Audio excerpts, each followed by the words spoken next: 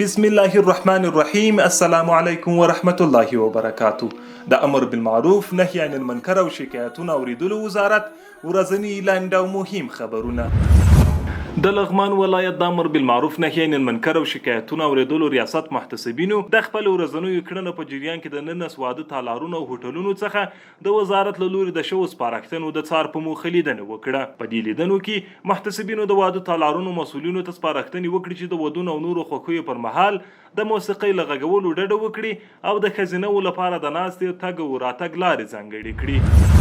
د خوست ولایت د امر بالمعروف نهی عن المنکر او شکایتونو اوریدلو ریاست محتسبینو د دې ولایت د مرکز متون ښار په ګډون په 12 ولسوالیو کې د نږدې شپېتو جماعتونو له ملا امامان او ځایي اوسیدونکو سره اصلاحي ناستې ترسره کړي. په دې ترسره شوو ناستو کې محتسبینو له دیني عالمانو وغوښتل چې د منبرونو له لارې خلکو ته د اسلام او عباداتو لومړني احکام ور وښيي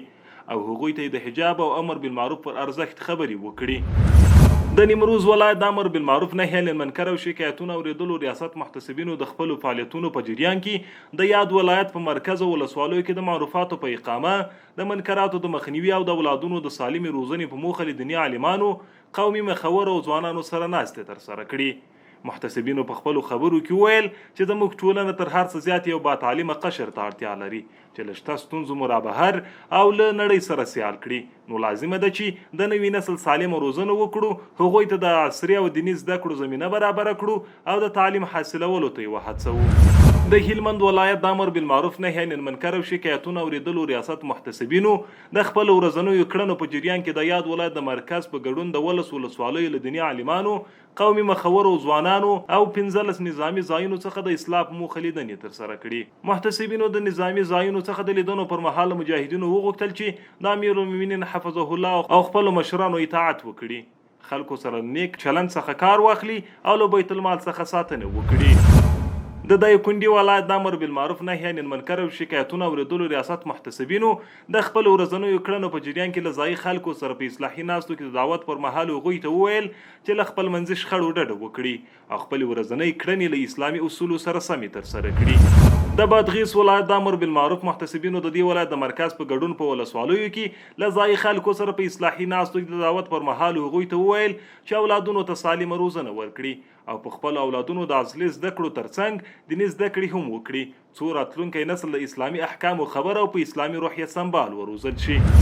د پروان ولایت د امر بالمعروف محتسبینو د دې ولایت د مرکز په ګډون په ولسوالیو کې له ځایي خلکو سره په اصلاحي ناستو کې هغوی ته وویل خپل ورځنۍ کړنې مو له الهي احکامو سره سمې ترسره کړي او د داسې کړنو له ترسره کولو ډډه وکړي چې د اسلام مقدس دین یې د نه کولو امر کړی وي. بلخوا د سمنګان ولایت د امر بالمعروف محتسبینو د دې ولایت د بیلابیلو امارتي ادارو له مسولینو سره په کارونو کې د همغږۍ او په اداراتو کې د امر بالمعروف وزارت لوري د معروفاتو د اقامې او د منکراتو د مخنیوي په موخه ناسته ترسره کړه. د ناستې په پای کې د ټولو ادارو د مسولینو په غوښتنه د کارونو د لا ښه پرمختګ په موخه ځانګړی کمیسیون وټاکل شو چې د دې کمیسیون د غړو دنده به د کارونو څار او د وزارت له لوري د شوو سپارښتنو پلي کول وي. وار د شمله ورو شو ښار د شمله ورو دی نه پکې ځایږي نور کار د شمله ورو دی سوځي غمازان پرې ټول سوځي عارفان پرې ټول لر او بر طالب څار د شمله ورو دی.